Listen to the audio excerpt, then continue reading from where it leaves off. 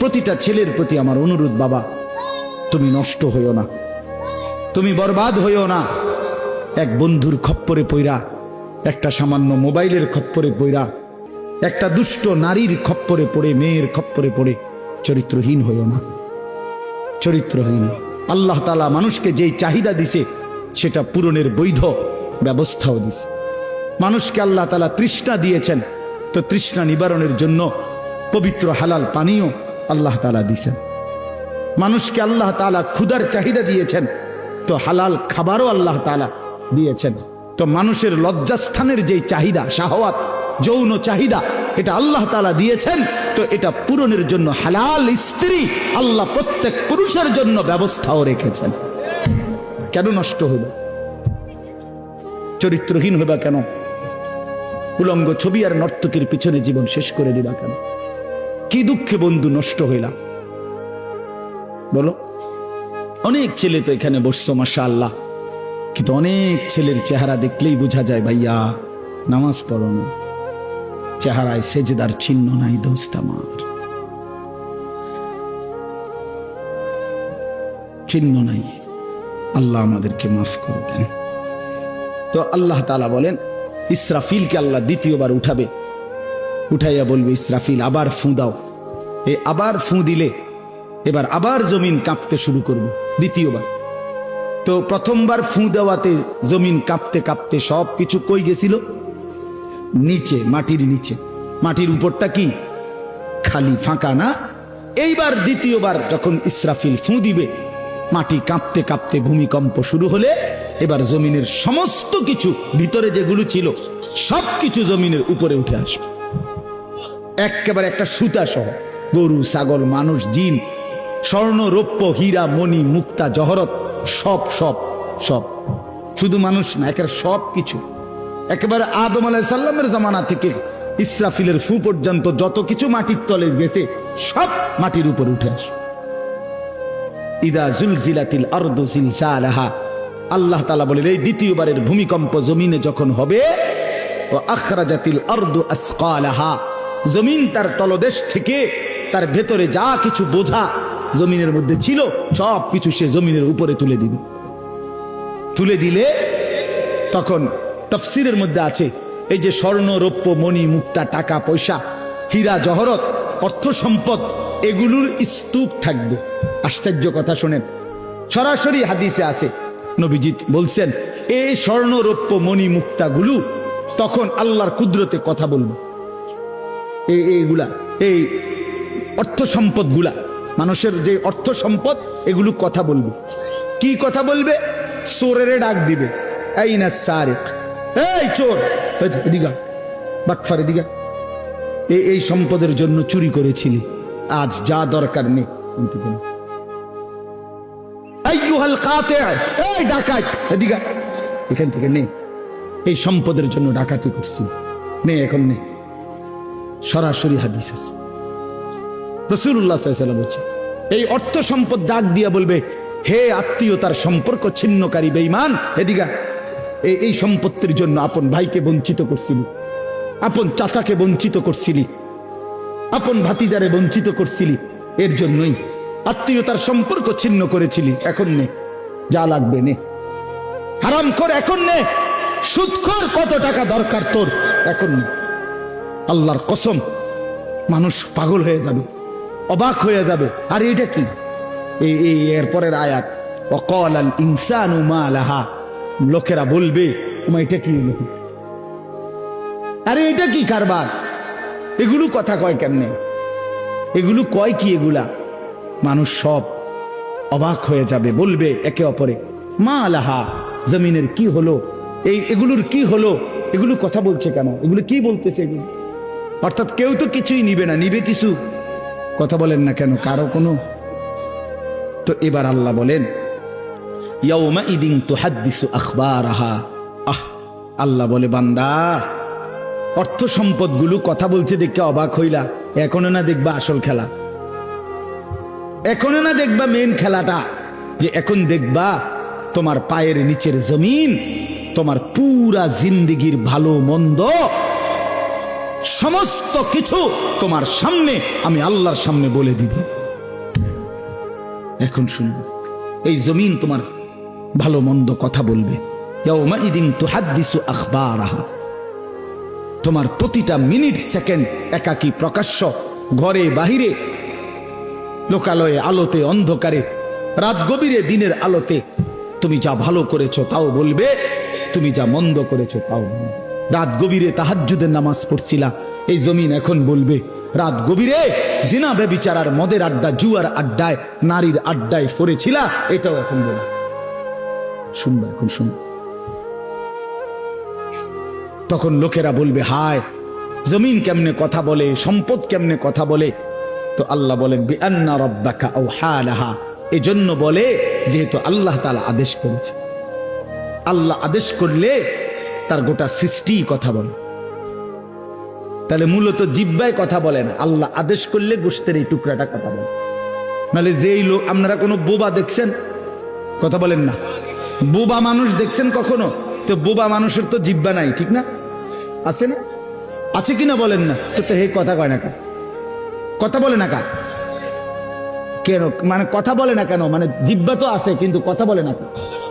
বুঝা গেল কি? আল্লাহর হুকুম হলে কথা বলে। যে কানে শুনে না, তার এখান দিয়ে এরকম কান নাই, তো হে শুনে না কান। তাহলে কানে দিয়ে শুনে না, আল্লাহর হুকুম হইলে শুনে। যে অন্ধ, সে তার কি এরকম চোখ নাই, তো হে দেখে না কান। মূলত আল্লাহর হুকুম হলেই চোখে দেখে, নাইলে দেখেন। তো ঠিক আল্লাহর হুকুম হইলে, গোশতের এই টুকরাটা যদি কথা বলতে পারে, আল্লাহর হুকুম হইলে গোটা সৃষ্টিও কথা বলতে পারে, গোটা সৃষ্টিও কথা বলতে পারে। এবার আসেন, এই শেষ ইয়াউমাইদিন ইয়াসদুরুন নাসু আশতাতাল লিয়ারাউ আমালাহুম, ফেরেশতারা সমস্ত মানুষকে দলে দলে দলে দলে গ্রুপ গ্রুপ করে ভাগ করে দিবে। আর এই ভাগে ভাগে লোকেরা নিজেদের পুরা জিন্দেগির আমলনামা দেখার জন্য, নেওয়ার জন্য নির্দিষ্ট জায়গায় যাবে। ফেরেশতারা বলবে যান, সামনে যান। সামনে গেলেই আপনার আমলনামা আপনি আপনার হাতে পাবেন, আপনি পড়বেন, আপনি দেখবেন। যান, ওইখানে ফাইল দিতেছে, যান, সবাই যান। এই দলে দলে মানুষ যাবে। এইবার আমলনামা যখন হাতে দিবে, আল্লাহ তাআলা বলেন ফামান ইয়ামাল মিসকালা যাররাতিন খায়রান ইয়ারাহ, এক বিন্দু ভালো যে করেছে সে তাও দেখতে পাবে। ওমান ইয়ামাল মিসকালা যাররাতিন শাররান ইয়ারাহ, এক বিন্দু মন্দ যে করেছে সে তাও দেখতে পাবে। প্রতি সেকেন্ড, প্রতি ঘন্টা, প্রতি মিনিট, প্রতি মুহূর্ত, প্রতি লামহা, প্রতি জাররা সে দেবে। জাররা এই শব্দটা হলো কোরআনের, এই শব্দটা একটি এতটুকু পরিমাপ তাফসীরের মধ্যে লিখছে লা জিনাতা লাহা, যেটার কোনো ওজন হয় না, মাপলে কোনো ওজন আসে না, এত সামান্য। মানে এটা 100 গ্রামও না, 1 গ্রামও না, 1 গ্রামও না, 1 গ্রামের অর্ধেকও না, অর্ধেকের অর্ধেকও না। এটা অণুও না, পরমাণুও না, এটা ইলেকট্রনও না, নিউট্রনও না, প্রোটনও না, কিচ্ছু। বিজ্ঞান তো এগুলো ভাগ করছে না, ভাগ করে করে আপনার অণু থেকে পরমাণু, পরমাণু থেকে এখন আরো ভাগ করছে। এই ইলেকট্রন, প্রোটন, নিউট্রন, এগুলো ভাগ করতে করতে সূক্ষ্ম থেকে সূক্ষ্ম, সূক্ষ্ম থেকে সূক্ষ্ম বিজ্ঞান বাহির করতেছে। কিন্তু জাররা বলে যেটার কোনো ওজনে নাই, কিচ্ছু নাই, এটা এত সামান্য। মানে তুমি যেটারে কিছুই মনে করো নাই, আল্লাহ বলেন ওইটাই তুমি দেখবে, ওইটাই দেখবে। এই জন্য বাপ আমার, শেষ রাত গভীরে এই কথাই, আমরা আমাদের একাকী কিংবা প্রকাশ্য, আমরা আমাদের রাত কিংবা দিন, ঘর কিংবা বাহির আড়াল করবার সুযোগ নেই। সুযোগ আছে ভাইয়া? ছেলেরা কাজেই রাতের 3টায় দুনিয়া ঘুমায়, আল্লাহ ঘুমায় না। অশ্লীল ছবি দেখো না। রাতের 3টায় মা ঘুমায়, বাবা ঘুমায়, মালিক ঘুমায় না। রাতের 3টায় মহল্লাবাসী ঘুমায়, কিন্তু আল্লাহ ঘুমায় না। আলাম ইয়ালাম বিআন্নাল্লাহা ইয়ারা, আল্লাহ বলে বান্দা তুমি জানো আমি কিন্তু সারাক্ষণ তোমাকে দেখি। কতক্ষণ? কতক্ষণ? আল্লাহ দেখেন কখন? সারা। এই জন্য আমরা প্রত্যেকে ইনশাআল্লাহ নিয়ত করি যে আমরা আমাদের আখিরাতকে ভাববো, ফিকির করব। আখিরাতের আশায় গুনাহ ছেড়ে দেন, আল্লাহর নাফরমানি ছেড়ে দেন, হালাল পথে জিন্দেগি চালান, একটু কষ্ট হলেও চলে যান, পার হয়ে যান। ऐसे रहे या वैसे रहे वहां देखना फिर कैसे रहे। বুজুর্গরা বলে এ দুনিয়ায় এমনে থাকো আর এমনে থাকো, কাইট মাইট হইয়া চিত্তিয়া মিত্তিয়া উঠতে লেগা। আসল দেখার বিষয় হলো ওয়াহা কেসে রাহে, সেখানে কেমন থাকবা, এটা হলো দে, এটা শেষ হয়ে যাবে। আজ রাত যার বাসর রাত তারও ভোর হবে, আজকের রাত যার জেলখানায় ফাঁসির রাত তার রাতও কি হয়ে যাবে। অট্টালিকার মানুষটাও মরে যাবে, জীর্ণ কুঠিরের মানুষটাও মরে যাবে। কোনোদিন দুঃখ যে দেখে নাই সেই সুখী মানুষটাও কবরে চলে যাবে, কোনোদিন সুখ যে দেখে নাই সেও মরে যাবে। আমিও না, আপনিও না, বাবাও না, সন্তানও না, মাও না, কেউ না, কেউ থাকবে না, কেউ না, কেউ না। আজকে আমরা কবরবাসীদের স্মরণ করে দোয়া করি, এই আগামী 20 বছর 30 বছরের মাথায় আমাদেরকে স্মরণ করে, আমাদেরকে কবরবাসী মনে করে, আমাদের পরবর্তীরা মনে করে। এই না জিন্দিগি? কথা বলেন না, এই না জিন্দিগি? এই জন্য আমরা ইনশাআল্লাহ সবাই মিলে ফিকির করি নিজের ভালো, নিজের কল্যাণ। এতটুকু যদি কারো বিবেক না থাকে ভাইয়া, তো সে বুঝলো কি? এই জন্য নিজের ভালো দেখেন। ওয়ালা তুলকু বিআইদিকুম ইলা তাহলুকা, আল্লাহ বলছে বান্দা নিজেরে নিজে ধ্বংসের দিকে ঠেলে দিও না, নিজের এত বড় ক্ষতি করো না বান্দা। এই পৃথিবী তুমি গেলেও থাকবে। এই আমরা যারা মনে করি, হ্যাঁ, অনেক বয়স্ক মাঝ বয়সী লোক আছে, আমি থাকতে যদি আমার জি ফুটটিরে একটু ঘর দুয়ার জাগা জমি দলিল টলিল একটু লাইন ফাইন করে দিয়া যাইতে না পারি, আমি মরলে তারা কেমনে চলবো, কেমনে খাইবো? হেবড়া কয় চা দোয়ানে বইয়া বইয়া, হেবড়া কেমনে চলবো তারা? না চাচা, আমনে মরলে আর পৃথিবীতে কামাই রোজগারি উপার্জন সব বন্ধ হয়ে যাবে। আমনেই শেষ কামলা, পৃথিবীর শেষ কামলা আমনে। আমনে মরার পরে মানুষ সব আপনার জি ফুড বহন খাইব চা দিয়া ভিজাইয়া। না ভাত তরকারি তো নাই, আমনে মরলে কি আর ভাত তরকারি আগে দিচ্ছে? আমনে মরলে ইট বালু সিমেন্ট ভাত তরকারি চাল ডাল এটি পৃথিবীর থেকে ফেরেশতারা নিবে। এটি কথা হইল? কোনো কথা বলেন, এটা কোনো কথা হইল?